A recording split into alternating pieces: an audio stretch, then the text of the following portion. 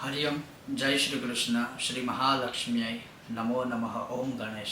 और आज के इस विषय में मैं आपको बताऊंगा, जैसे बहुत लोगों ने पूछा है कि हमने यह जो 16 दिन वाला महालक्ष्मी का व्रत था, अब 16 दिन कहा तो कुछ लोग मतलब इतने अपनी बुद्धि का प्रयोग नहीं करते हैं कि यह जो व्रत है, कुछ कुछ व्रत वो नाम के अनुसार होते हैं। जैसे हम एक महीने में 30 दिन होते हैं जनरली, लेकिन तिथि के विषय में हमारे पंचांगों के अनुसार कभी कोई तिथि अधिक होती है तो 16 की जगह 17 दिन भी होंगे, कभी कोई तिथि कम होगी तो 15-20 दिन होंगे। और इसके पीछे पूरा एक मैथमेटिक्स भी है, ज्ञान है, विज्ञान है, ज्योतिष है, सर्वस्व है।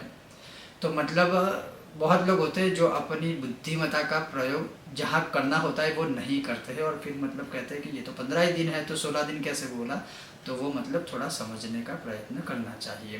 तो 16 दिन का व्रत जिन जिन लोगों ने किया है, तो बहुत लोगों ने मुझे कमेंट भी किया है, बहुत लोगों ने व्हाट्सएप किया है, बहुत लोगों ने ईमेल भी किया है कि हम उसकी पूर्णाहुति कैसे करें, क्योंकि बहुत लोगों ने अनुष्ठान किया है। और यह सुनकर और मतलब जानकर बहुत खुशी होती है, और बहुत खुशी हुई यह जानकर। तो जिन्होंने किया है उन सभी को मेरी ओर से बहुत बहुत शुभकामनाएं। लेकिन अब उसकी पूर्णाहुति कैसे करनी चाहिए, तो जैसे कुछ कुछ मुझे ईमेल आए थे कि कुछ लोगों ने जैसे कहा कि हमने इन 16 दिनों में प्रतिदिन संकल्प लिया था कि हमने जैसे 21 पाठ श्री सूक्त के किए। कोई एक ईमेल था, जैसे किसी ने कहा कि हमने 60 पाठ का संकल्प लेकर प्रतिदिन 60 पाठ किए हैं। कोई एक था जैसे जिन्होंने प्रतिदिन 3 पाठ सांपुटिक श्री सूक्तम, एक पाठ कनकधारा स्तोत्र के किए। मतलब कोई मंत्र जाप किया है, किसी ने यह स्तोत्र श्री सूक्त आदि किया है। तो सबसे पहले आपने जो जितने भी स्तोत्र या पाठ जो भी संख्या के अनुसार 16 या 15 दिन जो भी थे तिथि के अनुसार इस वर्ष वो किए हैं। तो जो 17 तारीख को जिस दिन अंतिम दिन है इस 16 दिनों के महालक्ष्मी व्रत का, उस दिन उसका दशांश यज्ञ, उस दिन भी मतलब जो बाकी है उस दिन जैसे जो भी नित्य नियम के अनुसार आप पाठ आदि कर रहे थे वो पूर्ण कर दीजिए। और उसके पश्चात जैसे मान लीजिए कोई 16 दिन तक 10-10 श्री सूक्त के पाठ करेगा तो उसकी संख्या क्या होगी, 160 हो जाएगी। तो अब जब 160 उस दिन संख्या पूर्ण हो जाती है तो 160 का दशांश यज्ञ 16 पाठ का होगा। तो दशांश यज्ञ 16 पाठ का करवाइए, या तो स्वयं कीजिए, लेकिन मैं कहूँगा कि किसी विद्वान ब्राह्मण का ही सहारा लीजिएगा। तो 16 दिन तक जो आपने 10-10 पाठ किए हैं, आप अपने हिसाब से जो भी पाठ किए है उसकी गिनती कीजिएगा। मैं सिर्फ आपको एग्जांपल दे रहा हूँ कि 10-10 पाठ 16 दिन तक किए हैं तो 160 पाठ हो गए। 160 पाठ का 16 पाठों का दशांश यज्ञ होगा, उसके पश्चात उसका दशांश तर्पण होगा, दशांश मार्जन होगा और दशांश ब्रह्म भोजन। तो ये सारी क्रिया करने से आपने जो पूरा अनुष्ठान किया है उसका फल मतलब कोई ये कह ही नहीं सकता कि उसका फल आपको नहीं मिलेगा, अवश्य मिलेगा भगवान लक्ष्मी नारायण की कृपा से, मां लक्ष्मी की कृपा से। तो इस प्रकार से सबसे पहले आपने जो अनुष्ठान किया है उसकी पूर्ति कीजिए।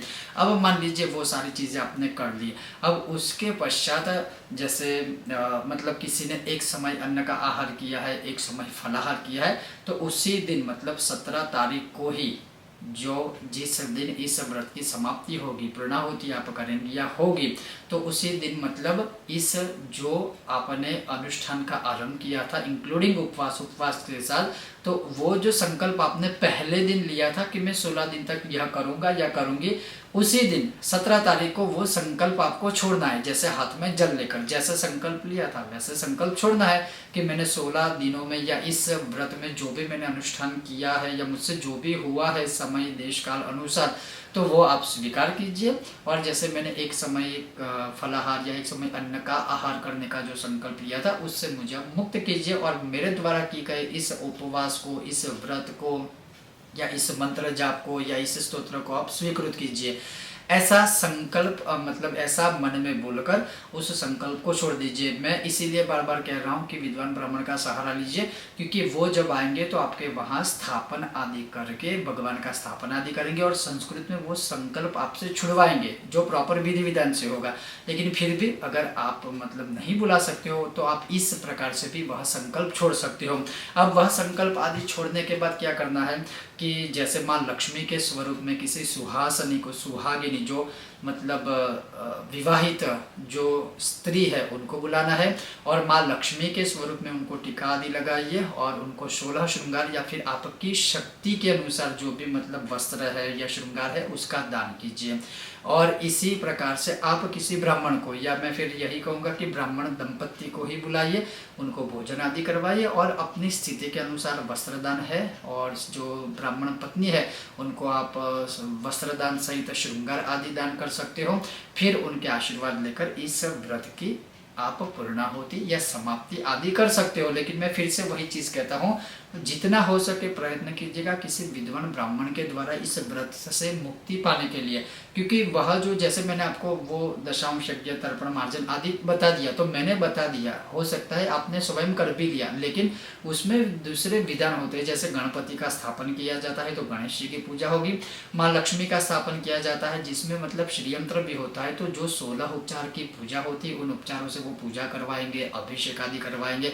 उसके पश्चात जैसे अग्नि स्थापन, अग्नि नारायण की जो आहुति वगैरह होती है उसके कुछ भू संस्कार आदि होते हैं वो करवाएंगे, और मतलब सब विधान से करवाएंगे, क्योंकि आपने 16 दिनों तक इतना तप किया है, इतना जप किया है, इतने स्तोत्र किए, इतने अनुष्ठान आदि किए, तो फिर पूर्ण रूप से उसकी क्यों ना समाप्ति की जाए।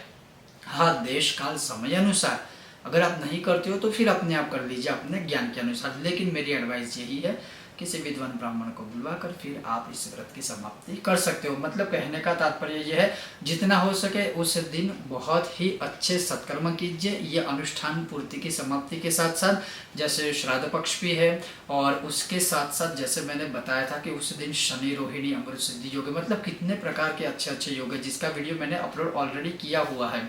तो बहुत उत्तम महान दिवस है। तो इस प्रकार से आप श्री महालक्ष्मी के 16 दिनों के व्रत की समाप्ति कर सकते हो। ये था एक संक्षिप्त विषय, संक्षिप्त मार्गदर्शन इस अनुष्ठान के विषय में। आपको यह विषय वीडियो कैसा लगा मुझे अवश्य बताइएगा। और जैसे बहुत लोगों ने मुझे ईमेल व्हाट्सएप किए है, क्या आपने भी यह व्रत किया था, अगर किया था आपको, अगर किया था आपने तो आपको कैसी अनुभूति हुई है। जैसे एकाक्षरी मंत्र का भी बहुत लोगों ने किया था, तो उसका भी दशांश यज्ञ तर्पण जैसे मैंने जो किया कहा है वो इस हिसाब से आप कर सकते हो। तो आपने अगर अनुष्ठान किया है तो आपको अनुभूति कैसी हुई है, और आने वाले दिनों में, आने वाले दिवसों में जो इस अनुष्ठान का अनुभव है वो कैसा रहेगा, वो भी आप हमें बता सकते हो। आप सबका बहुत बहुत धन्यवाद। जय श्री कृष्णा, ओम गणेश। सब स्वस्थ रहिए, मस्त रहिए।